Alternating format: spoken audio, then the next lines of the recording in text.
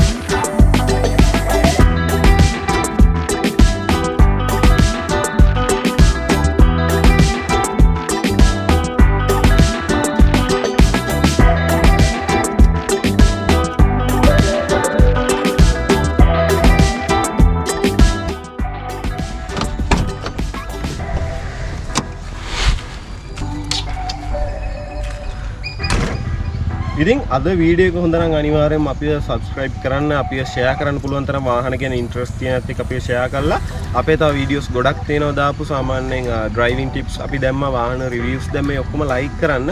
ඉතින් ඔයගලන්ට වැදගත් කියලා හිතනවා නම් අපිව අනිවාර්යෙන්ම subscribe කරලා bell icon එකත් click කරලා තියාගන්න. අලුත් වීඩියෝ එකක් දාපු ගමන් ඔයගලන්ට notification එක phone එකටම ගෙන්න ගන්න පුළුවන් අපි අලුත් වීඩියෝ එකක් දැම්මා කියලා.